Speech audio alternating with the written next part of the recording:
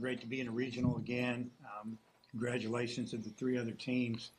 It's not easy to get to a regional. I know that there's teams that do it a lot, seem to do it every year, but you still have to fight your way through it. Everybody has a different road.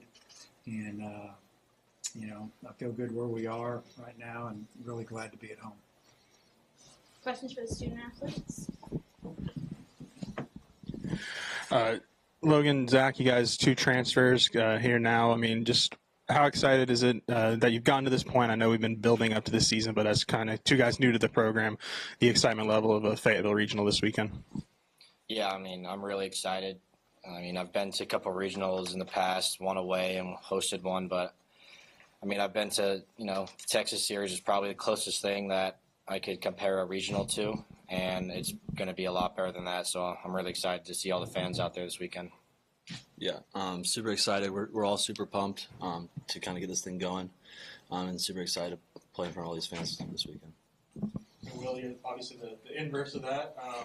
I'm curious, are there any ways where this year entering a regional maybe feels different than the past 2? Yeah, definitely. This team feels really complete in every aspect of the game, and we've played a bunch of tough games, especially towards the end of the stretch. So I feel like we're just a battle-hardened team ready to go after it. Will, being here, last year and the last couple of years, you've obviously been in Omaha, but is there any added pressure knowing how the last 2 seasons have ended for you or any of the guys that were here last year? I mean, maybe a little, but I think we're just focused. We're going to take this one game at a time and get after it, and not let we're going to attack the game. And Zach, we obviously don't know when you're going to pitch yet. Dave hasn't told us. I'm curious, just when you do pitch, what's kind of the approach, and what's the last week been like since your outing in Hoover? Yeah, it's just preparing like it's any other week. I mean, the only game that matters is the game against North Dakota State. I guess, Logan, you've kind of battled hamstrings, throughout the entire year. Just kind of where you at on that, and kind of how are you feeling going into the regional? I feel really good, mentally really good, body physically really good, and I'm just ready to get after it. Will, you had that outing against Tennessee, one and done in Hoover. Just kind of what's your mindset going into what is probably going to be your last postseason? Just leave it all out there. Pretty fresh. Hadn't pitched since then, and I feel like everybody's pretty fresh. We've gotten some time off and just ready to get after it. Logan, you were on the TCU team that came here a couple years ago. What was it like coming into this atmosphere at that time? Yeah, kind of coming in here my sophomore year, playing the first game here and experiencing what it's like to play at Baum. I was kind of in awe, and I was like, I wanted to play here one day. So as soon as I entered the portal, this was for sure a top spot. And then in playing in front of all these fans, it's electric and it's awesome. Wouldn't want to be anywhere else.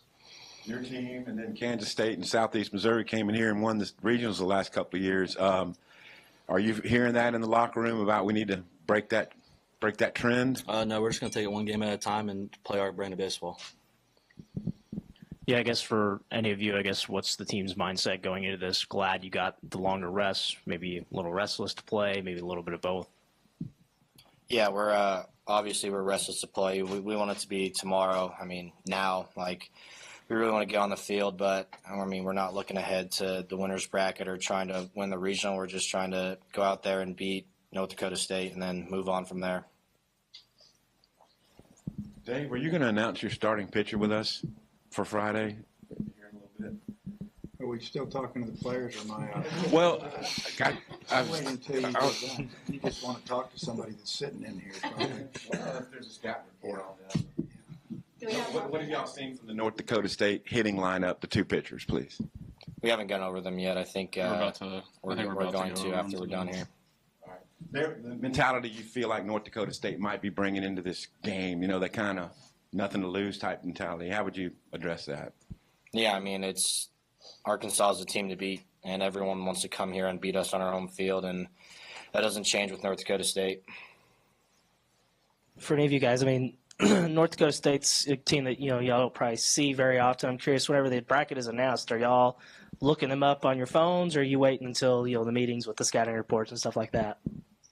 I mean, I pay attention for every team throughout the whole year. I'm looking at my phone, seeing scores around the league and NCAA in general, and I've seen that they've played a lot of big road games. I saw that they went to LSU and some other big schools, so that's going to be a team that's pretty road tested. So you got to take them serious. Thanks, guys.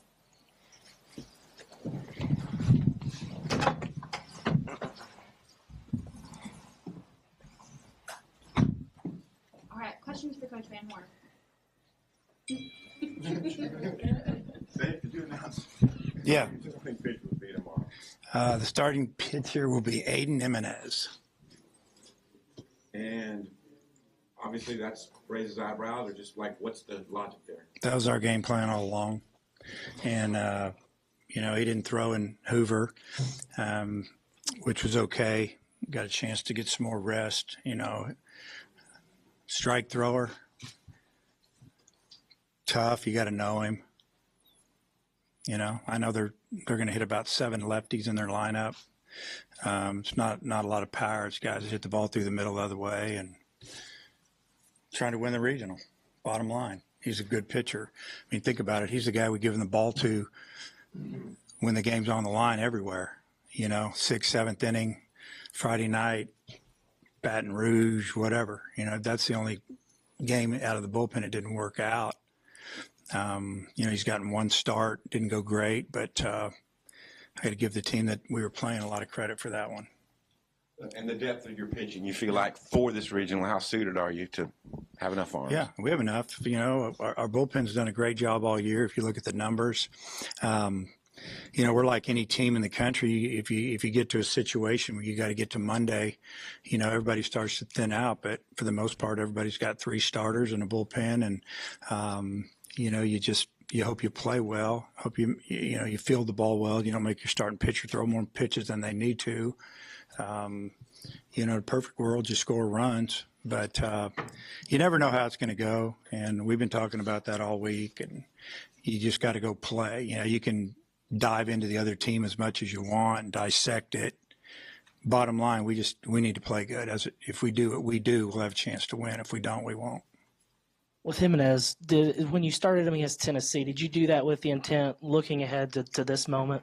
Yeah, looking ahead to postseason. And, like I said, it didn't go great, but if we'd have won a couple of games out there at the conference tournament and we didn't, he would have probably got a start if there was a third day, if we hadn't used him yet. And now we're here and, we got them all rested. You look at the numbers, South Dakota State, they're hitting within 10 points against right and left's about the same. He's just the guy that we felt like we could go with game 1. Yeah, I mean, ever since the beginning of the season, you felt really good about him, whether it be out of the bullpen or whatever. Did you kind of have an inkling like, hey, this is a guy who can maybe evolve into a starter? Yes. Yeah, we were hoping that all along. We didn't think he would progress this far with the arm surgery he had last year. It's been, 15, 16 months now, somewhere in there. We hope that he comes back next year because he's draft eligible. If he does, we feel like he'll be a starter for us. They've done a lot of games in the last 2 weeks. How have you kept the team in a routine? Yeah, we've tried to be on top of that as much as we can. We're out of school. The guys kind of hang around anyway. We got a bunch of what I call gym rats. They like to be here. When they're not in there, they're over there fishing in that pond and having a good old time. And I love to see that. We've talked about rest. We've talked about trying to stay sharp. But really now, and I've said it 10 times, you have to want to be here. You have to not worry about all the other things. Things that are coming up down the road, because they're coming, but they're down the road. Now is now. And, I don't feel like it went that way the last couple of years. Mines were a little bit drifting here and there. Is the plan to pitch that game 2, or do you wait to see what the matchup's like? Yeah, probably wait and see. I feel like, between Wood and Root, they're both really good pitchers. Zach's had obviously a lot more experience this year just because of Wood's, injury, but he's bounced back and I think he feels better than ever. I mean, his stuff is electric. So it could go either way. You got, Kansas is a good mix. Creighton's a good mix. Win or lose, you're going to play one of them. So we'll just wait and see what happens tomorrow night. Yeah, hi Dave. I guess who would be some of the plausible names to follow Jimenez? All of them. I mean, anybody we need, depending on the situation. I mean, if it's tight or a tough situation, we could bring in Gackle. We can. I don't know. I mean, all of them. Just what we do. We're going to try to win the game. If we had a good lead or we're way down, then we'll do what we need to do. But I don't plan on that. I plan on it being a really good game, and a lot of decisions will have to be made, and all hands on deck. That's what we've told them. And then with a lot of new guys in the lineup and also a lot of new guys in the rotation as well. I mean, how do you approach the topic of the history of getting out of a regional? I mean, well, it's really just been the last couple of years. And bottom line, I mean, it's a fact. This team's a lot better than last year's team and the year before. We're better. Yeah, is there an approximate number of pitches or innings you kind of have in mind that you'd like to see from Jimenez? Obviously, we would like him to go as many as he can. The pitch count obviously would be an issue as well, but I mean, he can go 80, 90, and if that doesn't happen, we just want him to give us his best when he's in there and not hold anything back, and that's what we're hoping that happens. I guess, are there things as a staff that you can take from the past 2 years and, bring into this year and maybe do differently, or is it just kind of one of those things? There's always, if you're not learning, you're going the other way. So you got to learn from your mistakes. You got to learn from experience, and there's nothing more. I don't think you can learn any more without it. The experience is the way you get it. You learn by, hey, that happened. This guy did that. Like I always say, they kind of tell us where to hit them in the order after a while. We just see what we see. And, as far as what's gone down the last couple of years is, last year we walked people and we got in trouble game one. You get a big lead, you're up 8-1, and you're in the fifth inning. So I guess you can probably figure I still remember it. And then your pitcher goes out and walks like the base is loaded, and we just punched in 5 runs. And next thing you know, it's 8-8. And we're using our better bullpen arms on Friday, which is okay if the game's tight, but we should have blown that game out.